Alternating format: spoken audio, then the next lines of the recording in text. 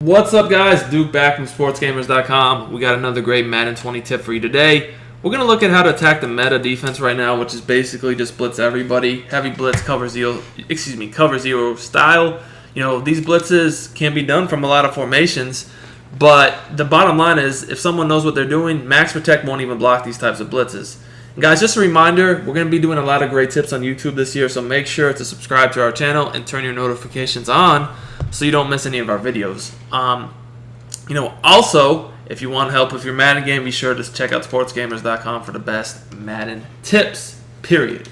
So, 3-4 odd is probably the most common formation people like to do this from, although you can do it from lots of different ones. And we're going to kind of break down how I like to beat this. But one of the main plays I like is gun bunch tied in out of Oakland Playbook, although it's in a few others, X spot. So we're going to go over the man and if they were to play zone. So something like people do if they're playing man, against a formation like this, they might baseline, they might not, but we'll go over both. But anyways, so people, have this blitz set up to where it's like this, to where, even if I was to max protect with a running back and a tight end opposite one another, this actually beats max protect. So a lot of people, I feel like, get caught up trying to max protect so much. I kind of go the opposite way. If I see someone's consistently sending blitzes like this to where, I know max protect's not going to block it, a lot of times I just won't even try to block it. I just won't block anybody. Now, if they start mixing it up and don't max, just don't blitz, a million people every play, then I can go back to just blocking the running back or maybe max protecting. But if someone is just going to try to send the dogs at me every time and I know max protect won't block it, why not just send everybody out on a route? Because at that point, they're not going to be able to cover everybody, so it's kind of like, well, that's probably smarter than just sitting back and max protecting and only have 3 guys out on routes and you can't even block the blitz anyway. So, what I like to do with this X spot is I like to streak the tight end, because if they're in something like this where it's a man, now they're responsible for the running back and the tight end, and there's just no way that they can, they're going to manly cover both. Then I like to drag this receiver. Sometimes I'll motion him over, sometimes I won't. It just depends upon what look I get. But right here, you can see, basically, I made them choose, you're going to guard the running back or the tight end with the user. The user had to decide, am I going to guard the tight end on the streak or the running back? And whichever one they don't guard, that's who I hit. All right? And you can see this blitz definitely screams, so you don't have all day long to just be doing anything. And, bam, made that quick read. But it's a flat, but again, when they're in this type of man D, that's a big play. Now, what if they had actually base aligned it to where, this was going on? All right, now, if they baseline, if y'all notice, this guy right here is completely unguarded. So, if I know they're probably a man and they have done that, a lot of times I'll do something like this. Do a whip route, streak, and maybe drag my tight end, or streak both of them, or maybe I'll just keep him on the flat, streak this guy. I could do the same exact setup, but I could streak someone else if I wanted to. And then again, I'll notice that if this is the case, well then the guy on the left is also uncovered, and if their user's over on the right, I know he's pretty much going to be able to be blatantly wide open. Now, when you're in a formation like this, because it kind of makes playing man coverage really dicey, a lot of times people do one of two things.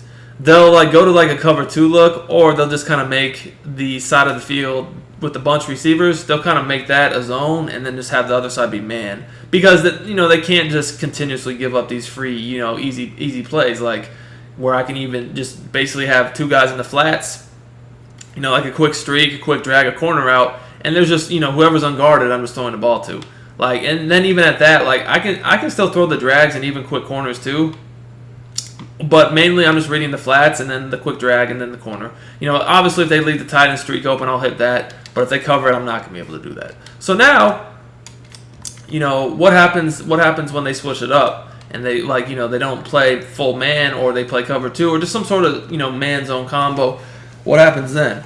Well, most people will probably see this and try to go cover 2 because they know you're hitting the flats a lot, so they want to take that away, right? Okay, at that point, I mean, you got to, again, it's just the same kind of thing. You got to realize what they're doing. And, at that point, with the same setup, I'm probably just going to be reading the middle like this right here.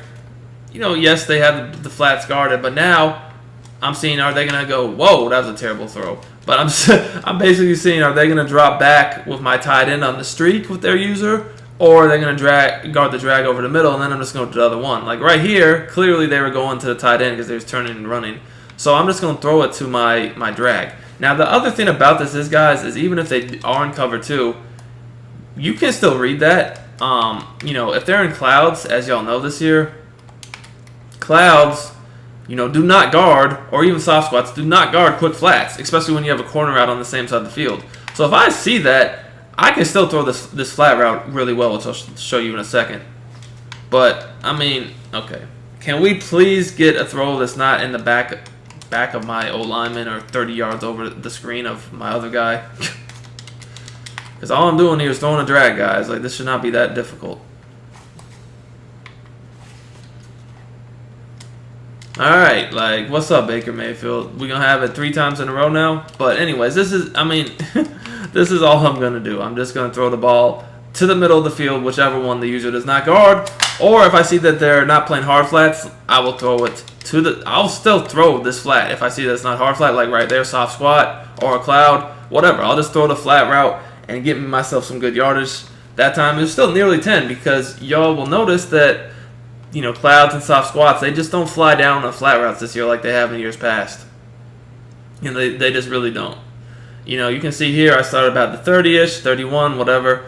And, you know, just I didn't even make the first guy miss, really, but I still got down to about the 21 and 22. So I got 8-9 yards. All right. Now, again, like, if we could just get this guy to freaking throw the drag route one time, that would be awesome. There we go. He threw the drag route. Oh, my gosh. Now, I don't know what it is about this year's practice mode, but I tell you, I've had so many instances where I'm just throwing balls in the dirt for no reason. And yeah, it happens in the game.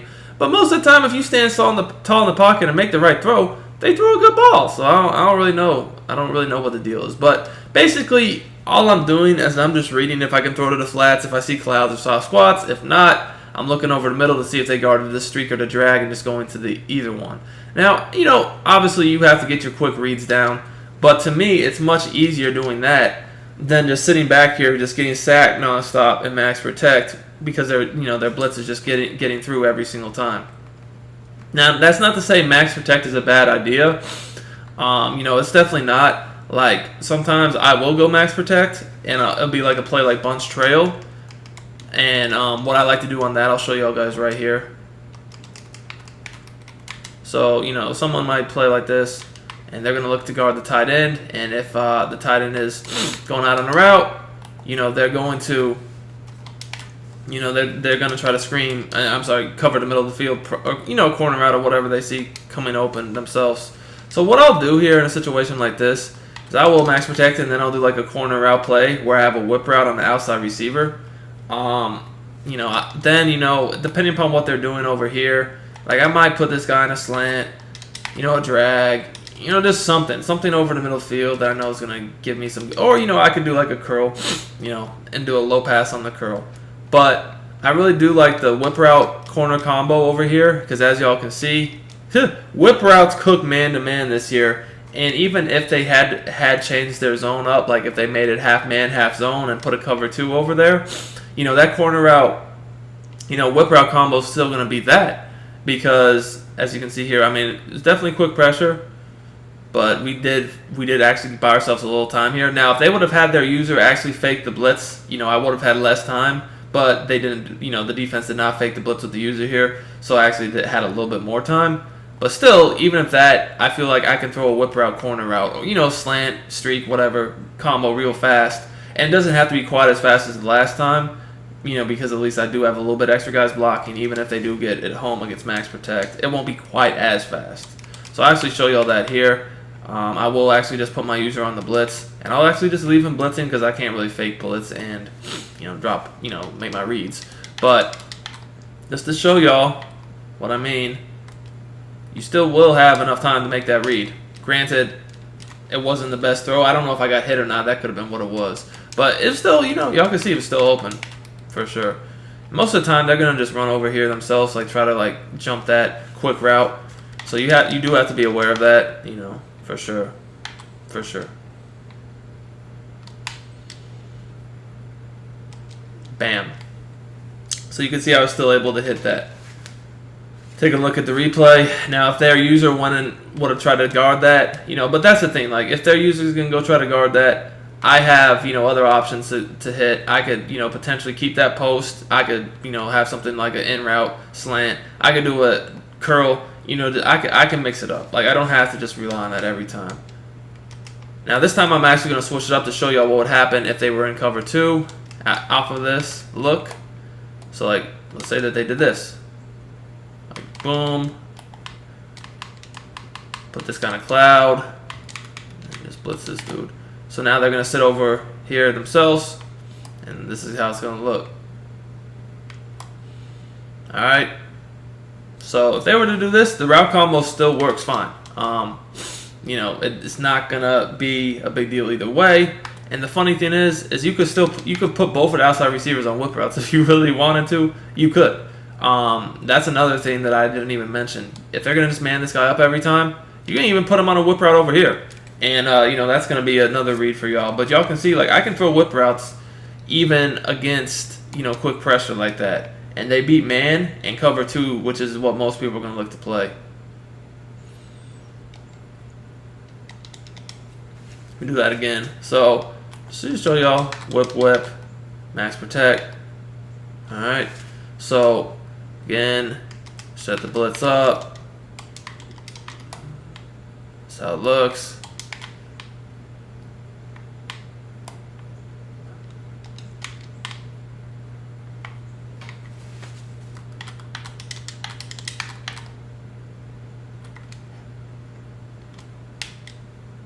You can see, that time I got very easily separation.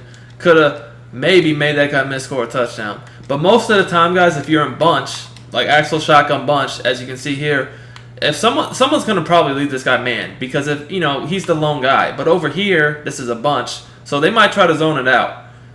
So again, you just have to be confident in your reads. I'm confident in that, very much so. This time I'm actually going to show you the bunch side. So let's say that they...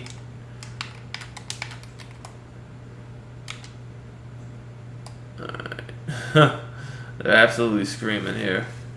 I'm not even going to throw to this guy. So let me just go ahead and tweak it out a little bit for y'all.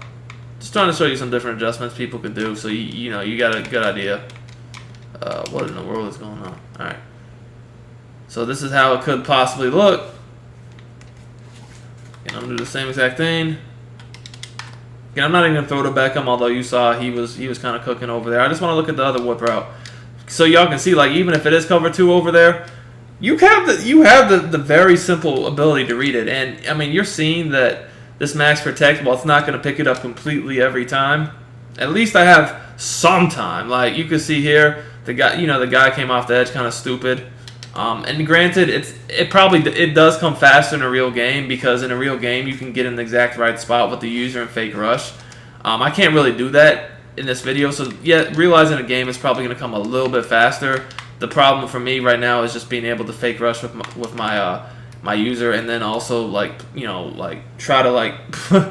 try to play coverage and throw the ball at the same time. It's hard to do all these different things at once. But in a game, know that even if you max protect, it's going to come a little bit faster than it's showing here. But it's not going to be like it was in the first sets when I wasn't blocking anybody. It's going to be, you're at least going to have some sort of a time, right? So keep that in mind. But this time I do want to shade down for a hard flat, just so y'all can see like what happens if they happen to do shade down on you and you can't throw the whip route. You can throw the corner route behind it. See how the corner route was open? It had a really quick cut, but that time I actually got hit right as I was throwing the ball. Which, I mean, yeah, that can happen sometimes when you do this. So you have to be cool with every once in a while knowing that it's going to scream and you might not get the ball off. But that's just the way it is. But this is going to be very consistent as far as I feel like allowing you to get that off, even when they're screaming like this. Because the reads are fast. Like, they're not, like, you see what I'm saying? These are fast reads. Even though the pressure's right in our face, we're still able to get it off and read that it's a hard flat. So the difference between the cloud and the hard and the soft squat, well, really the difference between a hard flat and a cloud flat and a soft squat this year I feel is pretty obvious, and you can tell right away. Because look, this dude right here is not backing up at all. He's just staying firm in his responsibility in the flat. He's not backing up. So that's pretty obvious. Like, okay, I can't throw that. And even though they did scream against the max protect here, you know, obviously I could have thrown the whip route. Again, whip routes are so powerful, guys. You really need to get them and in your offense, because they will kill these people who want these man blitzes. But past that, then when you couple it with a corner route like we do here, it will kill the zone guys too. So you can see here, yeah, it was clearly a hard flat, so I immediately know, hit my corner, bam. Now, if they were to user that, that's when you're going to have some work coming over the middle of the field. Or you can kind of do what I did, like earlier in the video, for these people, you know, and mix different concepts in where you're just blocking nobody. Like if you see them consistently just screaming at you, you don't have to always max protect. You could maybe just try to, you know, do the whole block nobody deal and have like 2 whip routes and then 2 streaks out of, you know, with the tight end and then, you know, the running back out of the backfield. So now it's like, well, okay, you want to do that? Be my guest. I can just throw it quickly, you know. So I definitely feel like this is, you know, these strategies will allow you to get the ball off really well against these people who want to just scream at you, because we're doing a combination of quick passes, a combination of, you know, max protect, blocking nobody. The whole thing is, I feel like you need to get it out of your head of just max protecting every single play, because that's not going to be effective. Like when they know they never have to worry about you sending everybody out on routes, they can just sit back and really start to send the dogs at you, and that's really not what you want. So anyways, this, like I said, this is Oakland playbook. I feel like it has, like, that's what we did our ultimate offensive guide on, which you should definitely check out. But I feel like Oakland has a lot of ways to attack any defense, passing the ball, and then also Oakland has some of the best running game in the entire game playbook wise. Like that's the formation. The guys that are just running stretch and like abusing the armbar right now, most of them run Oakland. Okay, so it's like a very versatile book. Anyways, hope y'all liked the video. Give us a thumbs up, and we'll be back with